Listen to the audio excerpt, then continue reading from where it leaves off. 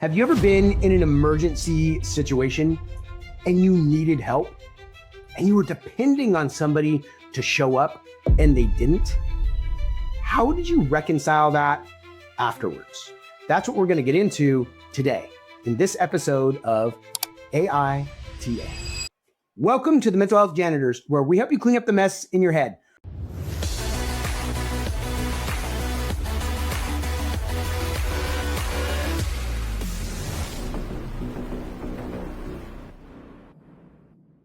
I'm the host, Sergeant Q, and with me, as always, Doc Jess. Hi, welcome. Thanks for being here. Okay, Jess, this is a banger. Okay. Today. We've been going through some really good ones. Would expect nothing less from you. But this right here, I have a lot of personal experience with this. Okay. And so when I read this, I was like, ooh, it made my blood boil. Okay.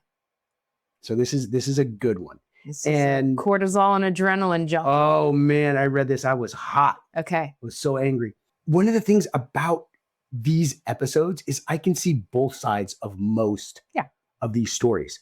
But honestly, on this one, I can't. Okay. I cannot see the other side at all. As my good friend says, made me want to throat punch somebody. Aaron Burns. So I'm telling you, this thing, whoo, I tell you what, if I was friends with the person in this episode, they would not be my friend anymore. I would not be friends with somebody like that ever. Yeah. Ever. If they were in my friend group, they would not be. Yeah. It would be a violent exit. Deleted, uninvited, unfollow, unfriended, throat punch. But before we get into that, Yeah. speaking of throat punches, Yes. did you see this pastor? Yeah. What's his name? Pastor Tony, I think. Pastor Tony. Team Pastor Tony right Team here. Pastor Tony. We I'm talked about it a telling bit you. last week We did. or last episode. Yeah. If you guys watched the previous episode, we talked a little bit about Pastor Tony. Pastor Tony Spell. First thing that comes up on That's right. Google. Okay. Pastor Tony Spell. Yeah. Pastor Tony Spell, and it has divided the internet. And it's so funny to watch people. It's funny to watch non-Christians try to weigh in on what Christians should be doing according to scripture. Mhm. And you're like, you obviously have never read the book. You have no idea what's going on. Right? And then to see Christians taking a position where it's like, when's the last time you were in church or even cracked your Bible, bro? Yeah. Because you're quoting things that aren't even in scripture. So it's just wild to see people I'm weigh looking in them on up. this. And you have every right to defend yourself and your family against all threats, foreign and domestic. As an American citizen, you have the right to handle business if people are threatening you and your way of life. And as a Christian, you have the exact same rights. If you read scripture, there are countless stories of God's people eliminating threats that come to them. It's not like this pastor went out, got drunk, and started assaulting people. Okay. This pastor and his family and his congregation had been harassed for 2 years. 2 years. 2 years. He'd been calling the police, filing reports, asking for help. And the police, again, total weak sauce. You guys are epic failures. Not all police. I got friends that are police officers, Yep. but the ones who handled this situation, you're an embarrassment because you should have handled this guy long before this pastor had to get involved. So, Jess, I grew up in the Wapner era. You remember Judge Wapner? Mhm. People's Court? Don't take him to... Most judges are going to say that. Yeah, they say, don't take the law into your own hands. Take him to court. It's this big show, right? He Now, tried. He tried. Pastor Tony tried. He tried multiple times, and the law failed him. Yeah. Failed him. This guy is threatening to harm and kill his grandchildren and His daughter and his wife. Yeah.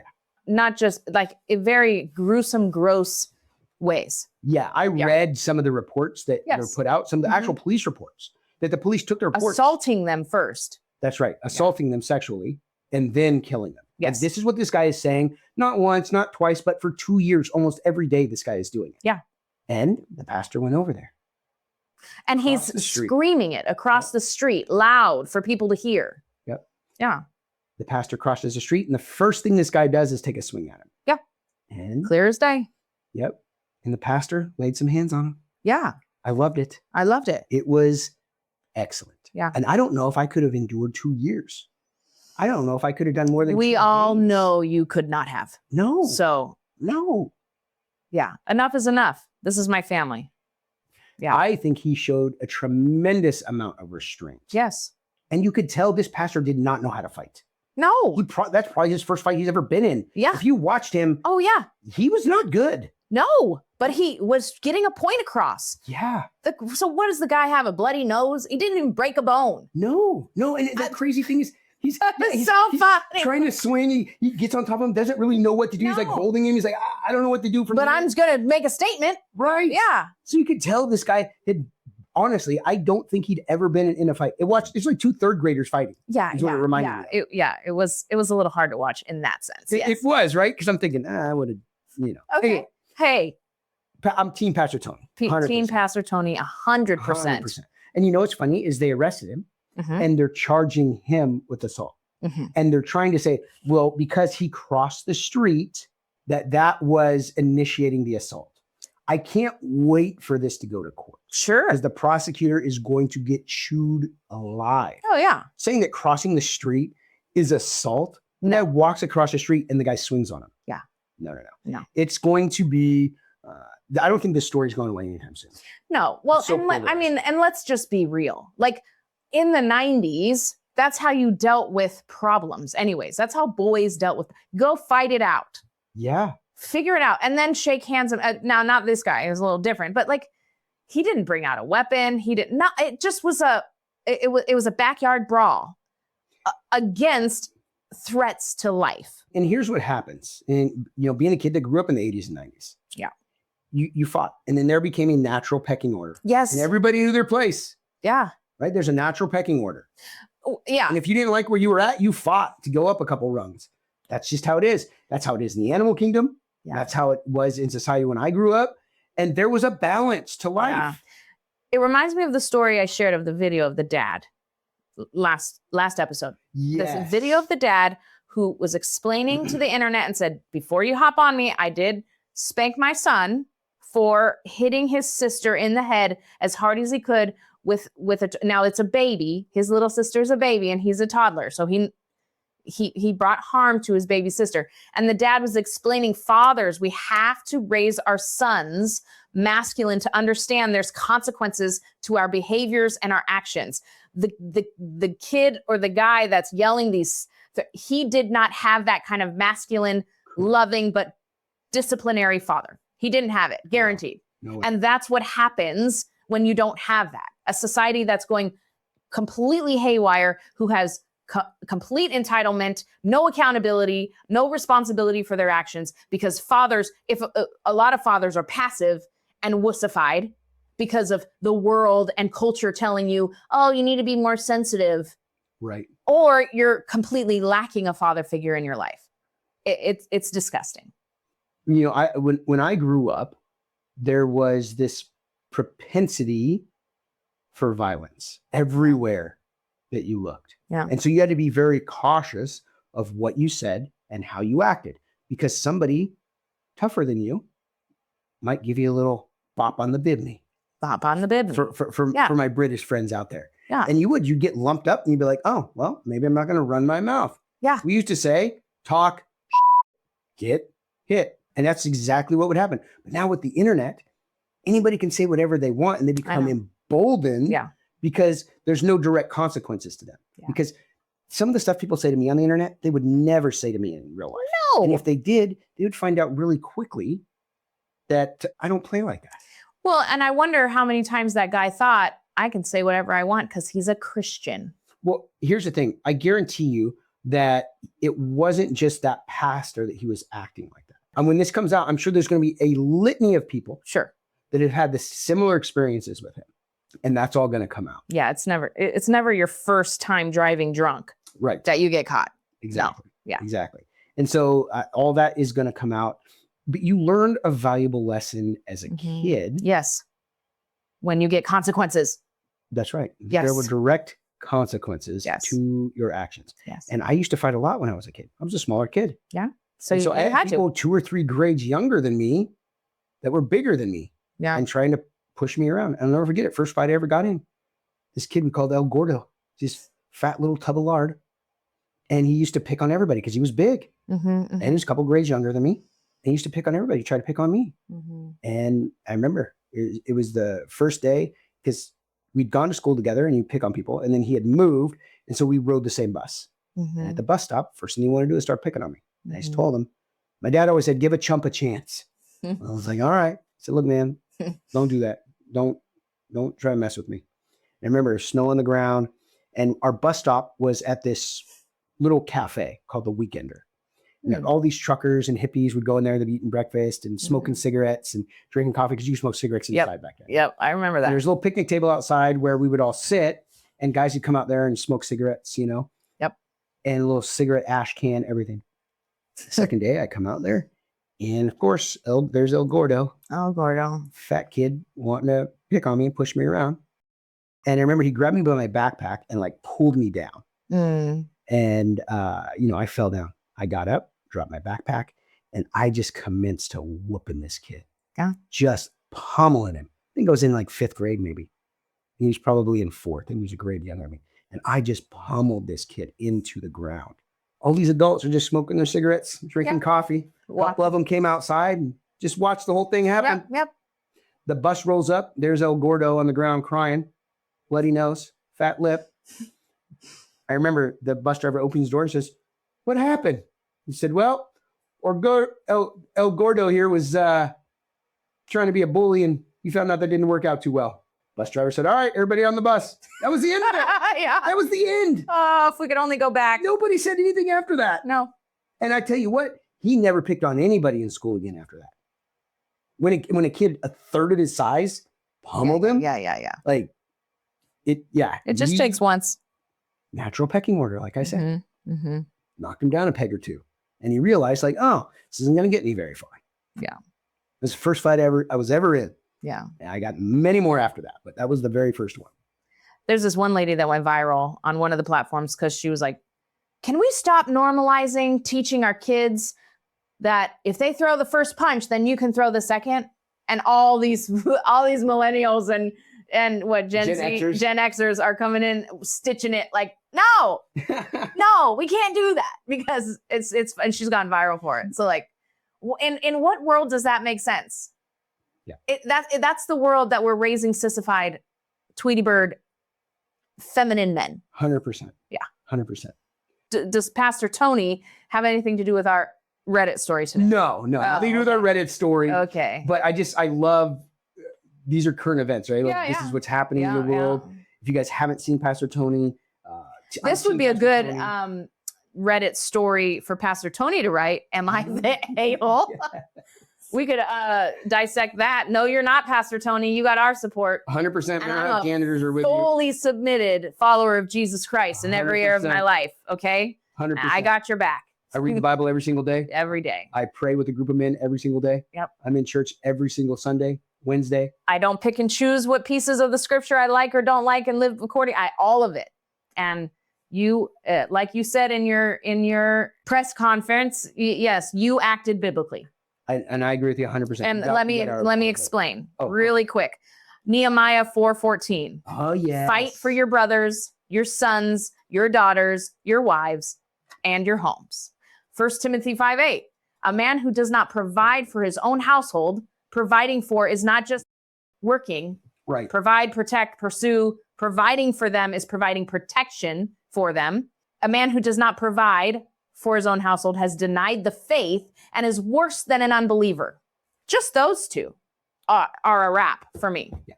All right. Let's get into our story. AITA. This is the title. Am I overreacting for seriously reconsidering my relationship after what my boyfriend did during a medical emergency? Okay. I just watched your whole face drop. All right, here we go. I'm putting what is a medical emergency, and this will be interesting. Okay, because you're a medic, and so here we go. A couple of weeks ago, I had a sudden medical scare. I won't go into the details. I wish you would have, but it ended up with me in the ER. It was serious enough that they kept me overnight. It was terrifying. I called my boyfriend, and we've been together for 2.5 years and live together. He didn't answer. So I texted him, told him what hospital I was at. No response. He finally shows up 9 hours later, just after 2 a.m. His excuse, what do you think it is? What excuse 2 a.m.? What excuse would he have being 9 hours late and coming in at 2 a.m.? I was out drinking. He was at the bar with his friends For 9 hours? and didn't want to ruin the vibe. Oh, that was his reason. Okay. Okay. Clip that. I want that. Oh, clip that. Oh, okay. I want that. I'm No, gonna turn that into a meme. Oh, okay. Didn't want to ruin the vibe. Didn't want to ruin the vibe. He told me that I seemed fine over text. And so he figured it could wait. I was hooked up to monitors, scared out of my mind, alone. I honestly don't even remember what I said to him when he walked in because I was half asleep and emotionally drained. Now, here we get into our arena right now.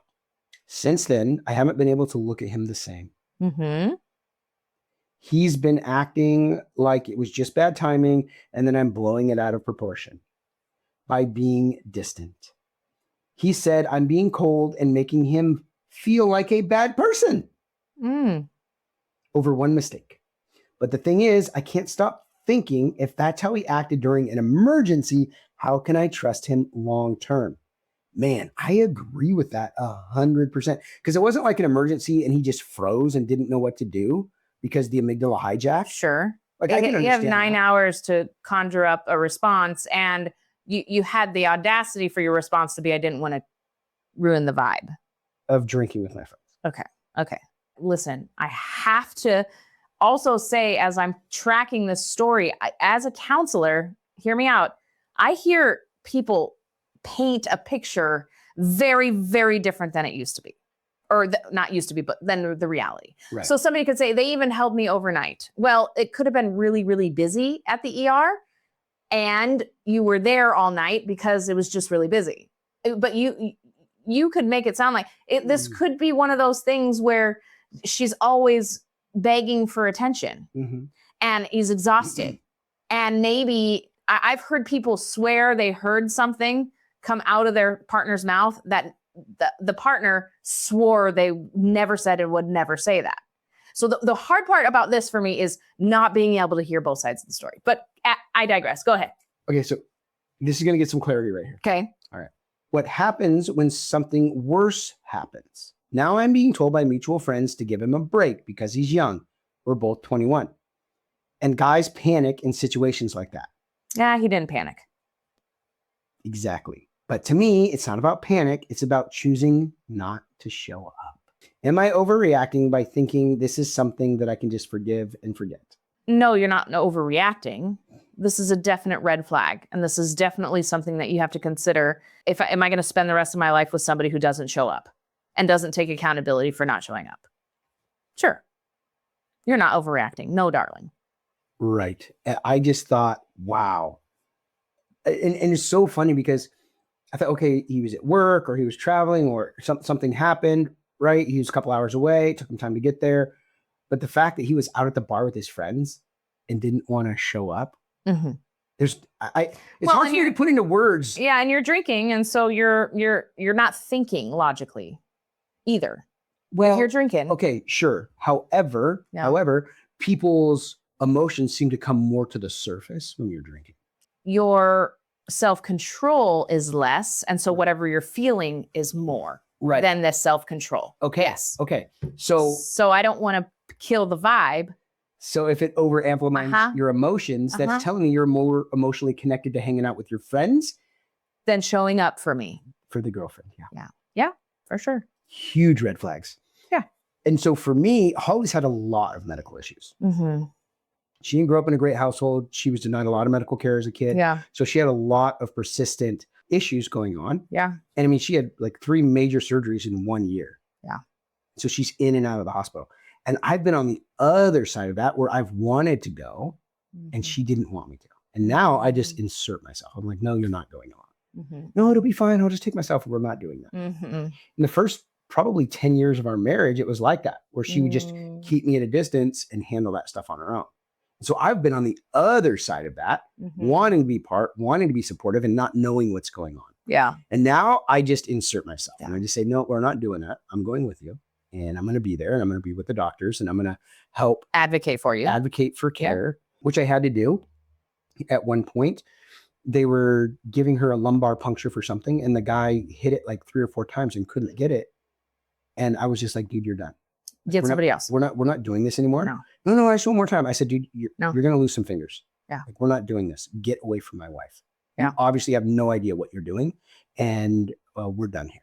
Mm-hmm. Here's the thing. He'd actually torn her. That's right. Remember this? Yes. He tore it's not a vein, but where the cerebral spinal fluid Yeah. is. And she leaked cerebral spinal fluid. Right. And so she went home and she had these terrible headaches Yeah. and dizziness and all these things.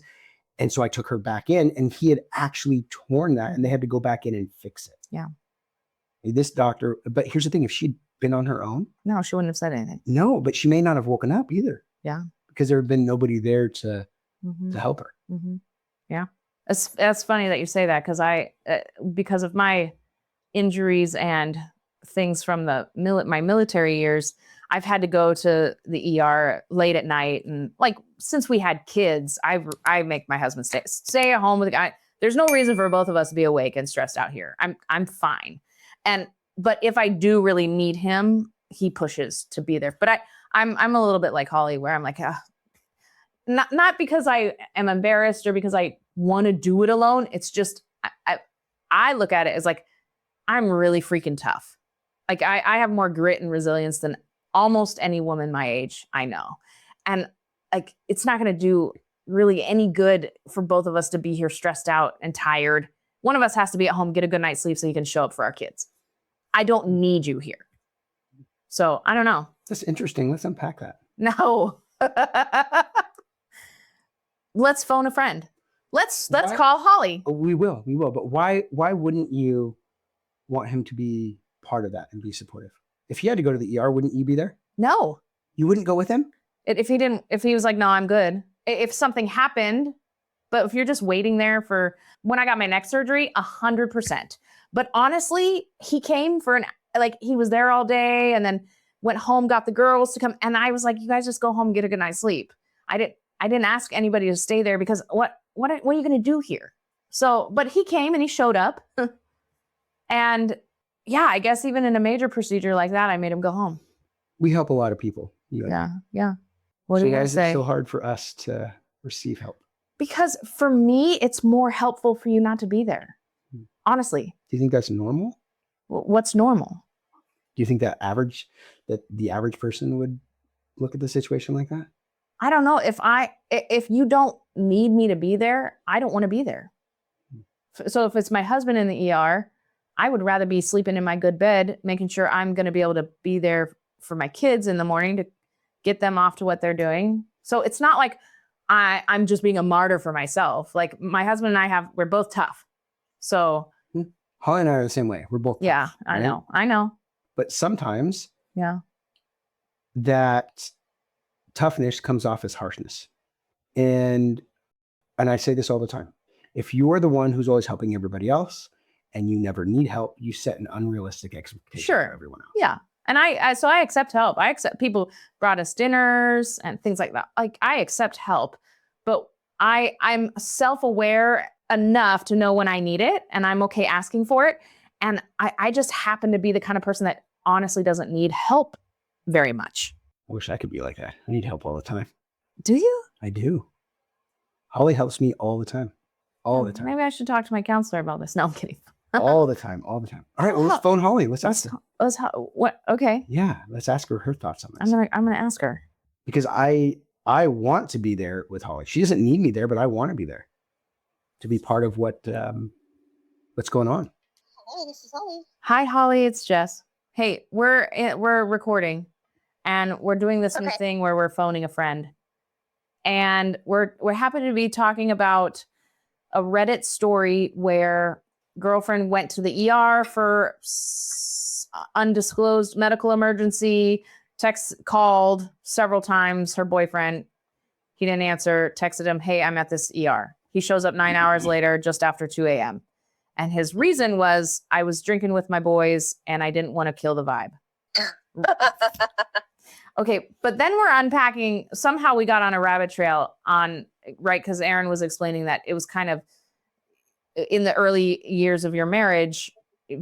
And, people know your story, that because of what you've gone through in your life, you've had some medical challenges later in life. And you've had to go to do surgeries and things like that. And the first decade of your marriage, you would say, no, I got it. No, I got it. And he finally had to eventually kind of push his way in to be there. As we're unpacking, I realized I like to go through medical things alone as well.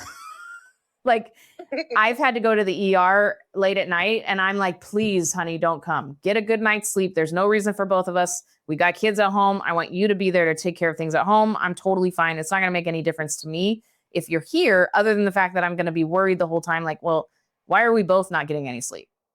One of us might as well get some sleep. I don't need you here. And Aaron thinks there's something wrong with me. Okay. So in my opinion and experience, the only reason that I've ever been like, I'll just do it myself, and you're way more selfless than me.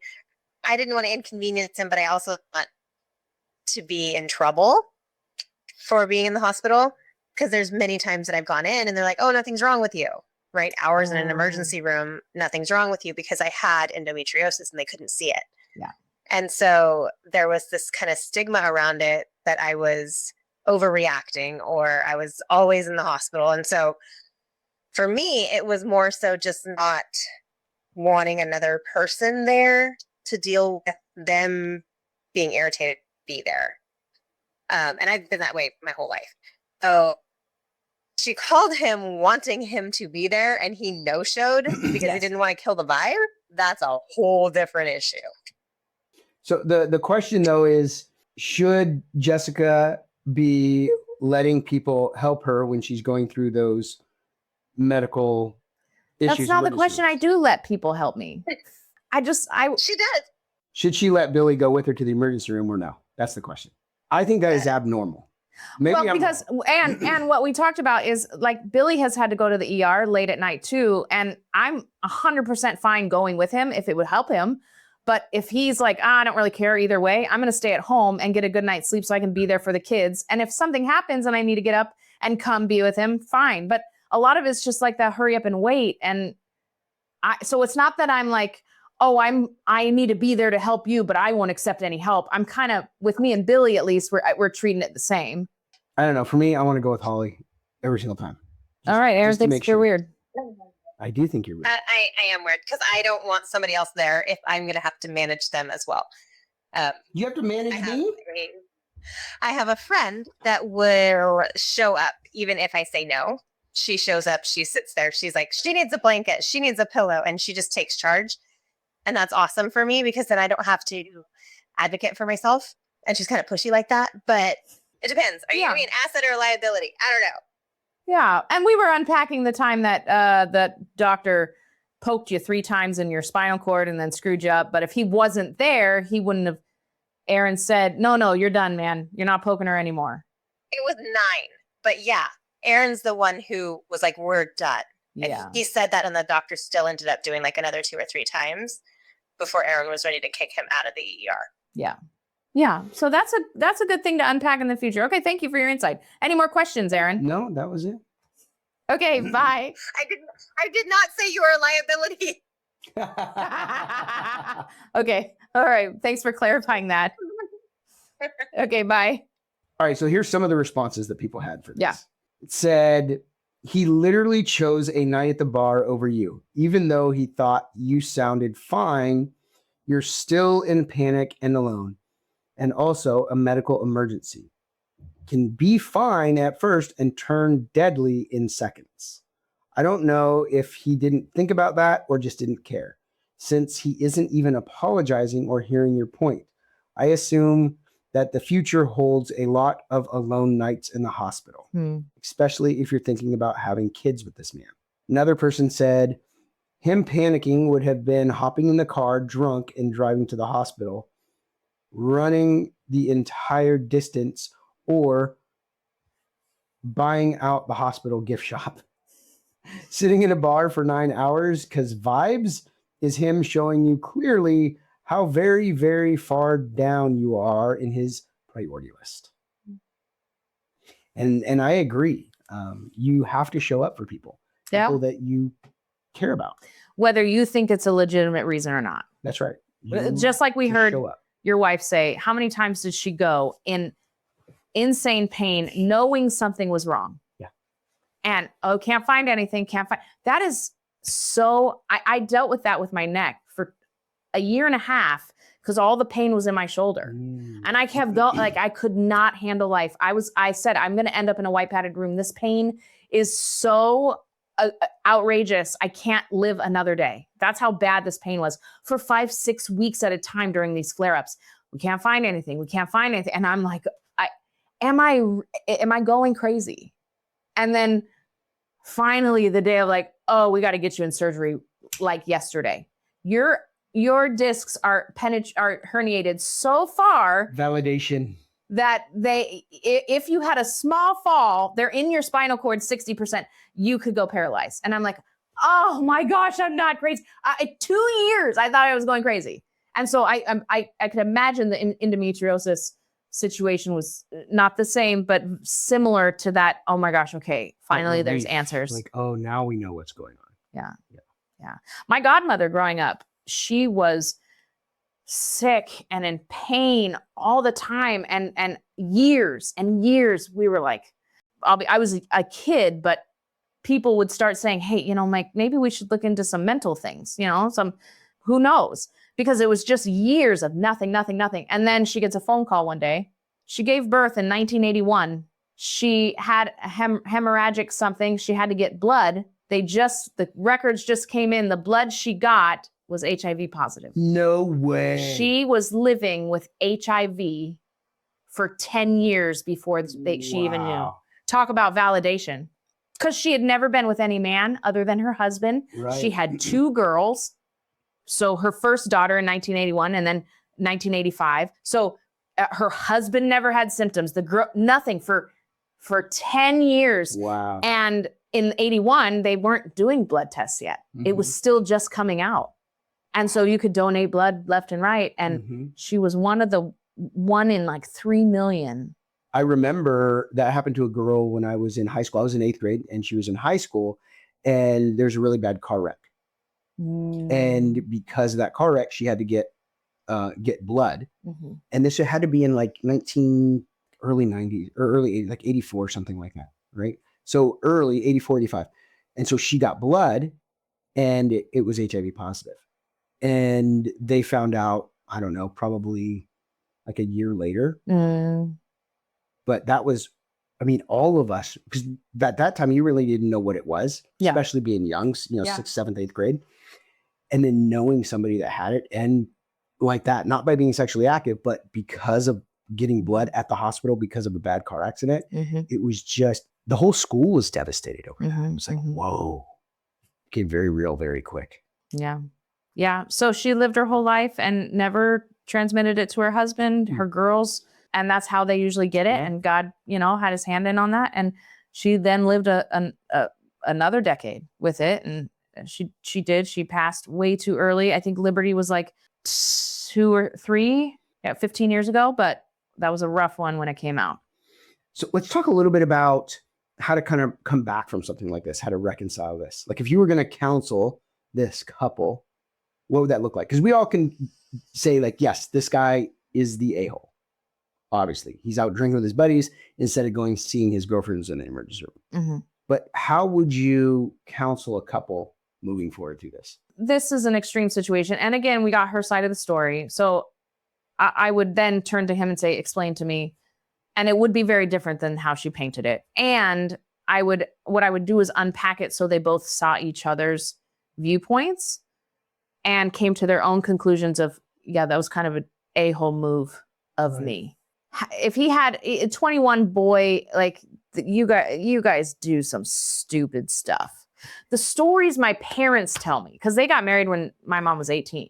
And in those early years, I mean, had my brother at 22, like they started young, and like everybody that knows my dad, he's like a walking figure of Christ. Like we're to be Christ-like in our actions, and my dad is that. And for all I can remember, he's always been that. And so some of these stories my mom tells me of the things that he did in those first 7 to 8 years of their marriage, I'm like, my dad? And she's like, I know, he's a totally different guy now, but you can do some pretty stupid stuff.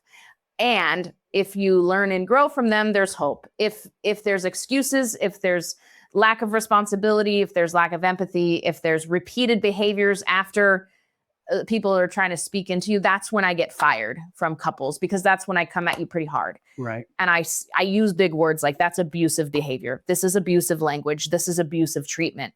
And people hate hearing that. And I do it to men and women. I just got fired this last week. Did you really? I did. I just got fired this last week. And the part that breaks my heart is I say the hard things to them because genuinely from the bottom of my heart, it's because I care and I want to see you succeed.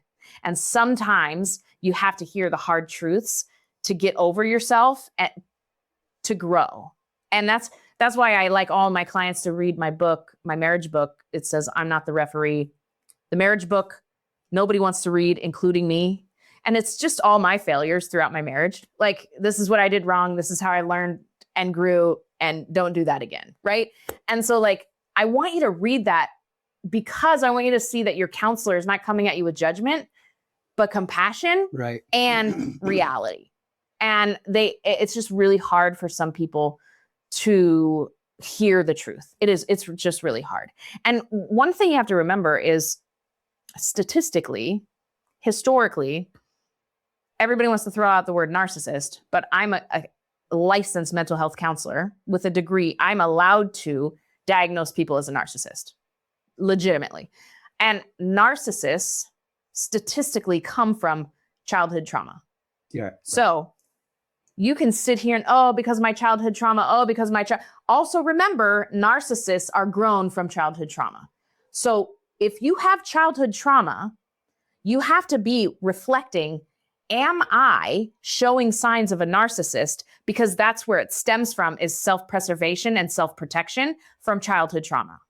You're not exempt from being a narcissist or being the person who's wrong because you have childhood trauma. Right. You have more of a chance of being that person because of it. And it's hard to look in the mirror and say, am I abusing people? Because 99.9% of the time, abusers don't just wake up and say, I want to punch my wife in the face. They were abused as a kid, and that's right. all they know how to do. Learned behavior. So no, a wife emotionally abusing her husband looks different than a man who punches his wife in the face. But at the end of the day, they're both very destructive. And I'm still going to use that language, just as I would if you came to me and you were punching Holly in the face. I would say, absolutely not. That's a non-negotiable. It's done today. And these are the steps that we're going to take. And there's been abusive men who have turned around and they've changed. They've said, I don't want to do this. But you have to have that attitude and not say, well, it's because this is all I know. Right. Same thing with abusive wives. There are abusive wives out there who become abusive because they were abused. And so, poor me, I was abused. It doesn't give you the right to abuse your partner. Whether it feels good or not, certain behaviors are abusive and it destroys your relationship. And if you can't hear the reality of that, your relationship is going to go down a very long, dark road of destruction. There's my soapbox. Man, that was good. Whew. Yeah. Well, I know that convicted some of you guys. Doc Jess is available. She has an opening in her schedule, apparently. Yes, I do now. No. And if you want to know more about her marriage class, drop us a comment. We'll put the link in the bio. We'll put the link in the comments. Fantastic book. Great course that she puts on. Helps tons of people be able to better communicate and have more successful marriages. All right. For the Mental Health Janitors, I'm Sergeant Q. I'm Doc Jess. And we're out.